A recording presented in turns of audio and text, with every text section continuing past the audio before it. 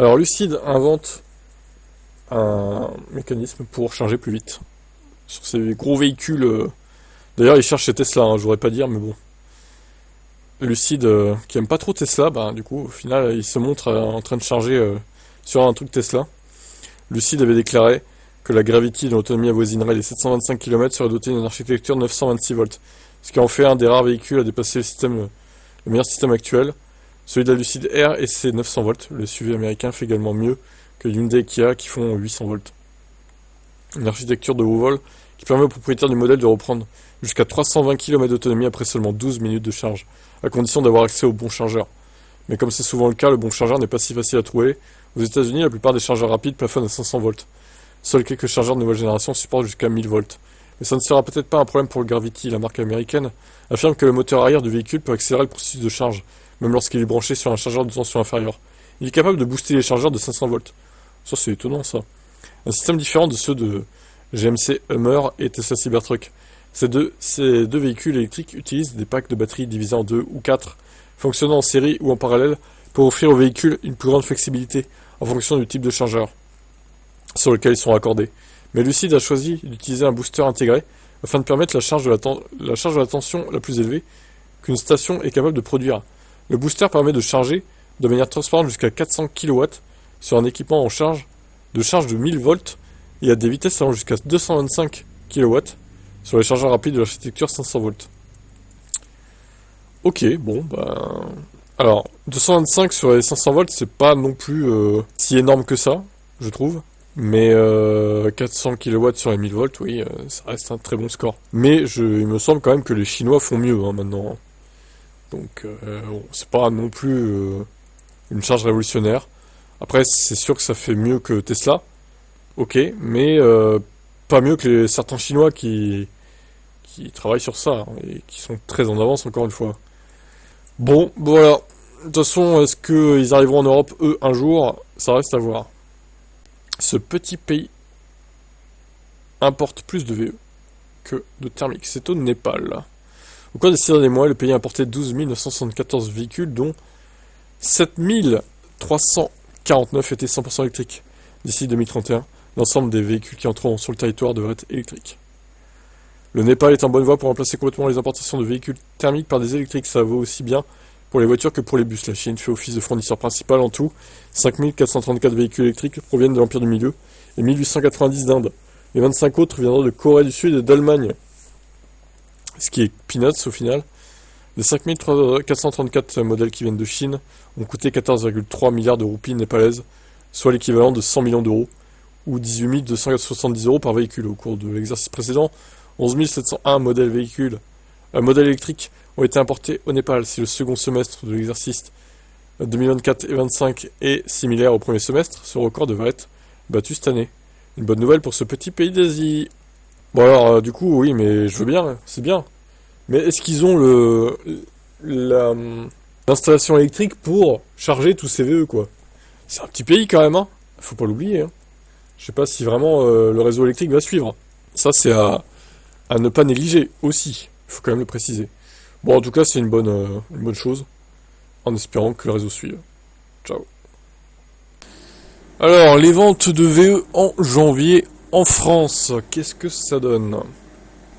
Janvier 2025, précisons. 2025 débute mal. Le mois dernier, les ventes de voitures électriques ont reculé de 6,2% par rapport à janvier 2024, soit seulement 114 000 immatriculations de voitures particulières neuves. Le contexte politique et budgétaire très incertain n'aide pas. Les modèles électriques ont mieux résisté puisque leurs ventes reculent de 0,5% avec 19 923 véhicules. Alors là, il y a une erreur déjà au début de l'article. Première ligne, erreur quoi. Les ventes de voitures électriques, non, c'est les voitures tout court en fait.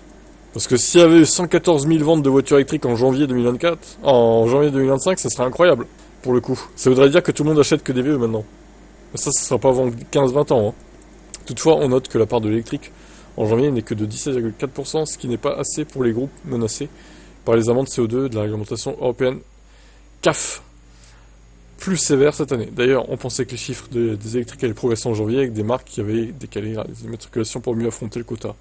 Ces chiffres sont toutefois analysés avec du recul, car la comparaison se fait avec un contexte particulier. En janvier 2024, des VE avaient été livrés en grande quantité avant de perdre le bonus. Ah oui, DCA Spring et MG4, c'est vrai. Ça fausse un peu tout, quoi. Dans son ensemble, la firme roumaine plonge de 28,4%. 955 Spring ont été immatriculés contre 1937 il y a un an. Alors, il n'y a pas un problème aussi là? C'est plutôt 50% la baisse, non? Pourquoi 28,4? Si je sais compter, 955 x 2, ça fait presque 1937 quoi en fait. Bon, bref, passons. Le bilan des électriques est aussi plombé par les mauvais résultats de Tesla en chute libre. Moins 63% son modèle Y a reculé de 56,7%. Avec seulement 640 exemplaires, on peut y voir l'attente du lancement hostile. Mais certains se demandent si les prises de position d'Elon Musk ne commencent pas à faire vraiment fuir la clientèle. Ça, on sait pas quoi. Faudra voir sur l'ensemble de l'année. La R5 est en tête 2813 immatriculations. A noter que toutes les motorisations confondues, elle est 9ème. La Scénic est connue à moins correcte avec 1177 ventes. En revanche, le Mégane s'effondre, 681 immatriculations. La Citroën IC3 est deuxième avec 1500 ventes. Elle devance la Peugeot i208 et c'est 1103 ventes. Donc en gros, R5 première, IC3 deuxième, troisième i208. Ah non, ça doit être troisième. Ah mais voilà, encore une fois, pourquoi ils ne font pas de tableau, je sais pas. Je vais pas arrêter de le répéter, mais pour moi, un site d'information doit faire... Même Mobizy, oui, le fait par exemple, ils font souvent des tableaux. Bon là, ils n'ont pas fait d'article sur les ventes de janvier, mais faites des tableaux, c'est quand même plus facile à lire, non?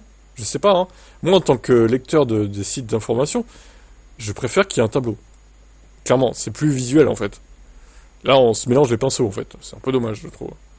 Bref, ils vont peut-être passer de vidéo, hein, j'en sais rien, mais c'est un conseil que je leur donne parce que là, c'est pas très visuel en fait. Bon, en tout cas, bien joué les R5. On verra si elle continue sur cette lancée tout au long de l'année. Audi prépare ses voitures électriques à tous les réseaux électriques mondiaux. Pour préparer ses voitures aux différents réseaux électriques mondiaux, Audi a décidé de sortir le grand jeu. La firme allemande a mis au point un simulateur de réseau capable de tester les performances de la recharge dans les conditions typiques des différentes régions de vente. Un simulateur qui permet de reproduire les caractéristiques des réseaux électriques dans divers pays, qu'il s'agisse de tension 110 ou 230 volts, ou de fréquence 50 ou 60 Hz.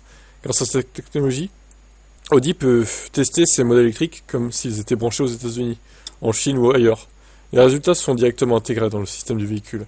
La marque allemande est l'une des premières à disposer d'un simulateur de réseau comme celui-ci, une technologie développée par Bosch Rexroth. En collaboration avec l'entreprise Schmidbauer. Offrant pourtant de grands avantages, le simulateur constitue une avancée majeure dans le domaine de la recharge des VE. Concrètement, ça permet aux clients de toujours bénéficier de la meilleure expérience de recharge. Avec ce simulateur, unique en son genre, Audi est capable de prendre en charge différents types de réseaux électriques. Ils peuvent aussi bien être monophasés, biphasés ou triphasés. Le système est capable de générer des tensions comprises entre 100 et 540 volts, de quoi permettre à la firme d'adapter ses véhicules aux spécificités des infrastructures de recharge.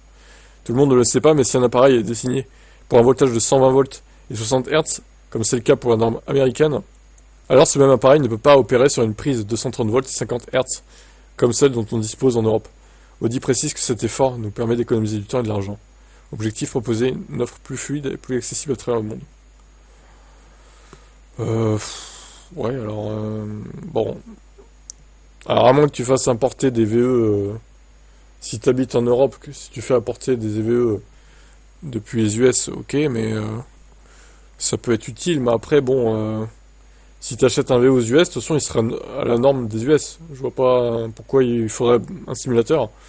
Bon, et puis en Europe, en général, c'est à peu près les mêmes normes, quoi. Hein, je veux dire, il n'y a pas de 110 volts quelque part en Europe, je pense pas.